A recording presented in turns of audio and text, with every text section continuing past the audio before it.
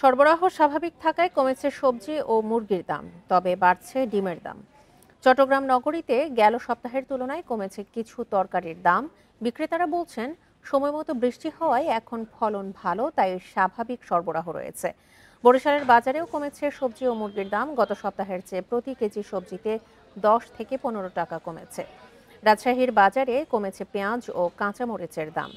বগুড়ায় শাকসবজির দাম কিছুটা কমেছে। সিলেটে প্রতি কেজি ব্রয়লার মুরগি বিক্রি হচ্ছে 170 টাকায়, যা গত সপ্তাহে ছিল 180 টাকা।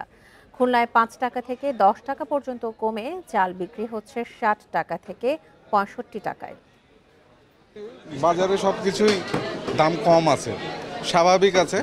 এইরকম যদি থাকে তাহলে আমরা খুশি। দ্রব্য সামগ্রী কিছু নিয়ন্ত্রণে আছে, সবজিরাও যদি এরকম একটু নিয়ন্ত্রণে থাকে সাধারণ জনগণ একটু স্বস্তি বোধ করবে। এই 40-50-60-এর মধ্যে তরকারি মোটামুটি ভালো কোয়ালিটির ভিতরে এগুলো চলতে আছে। আর যখন নরমাল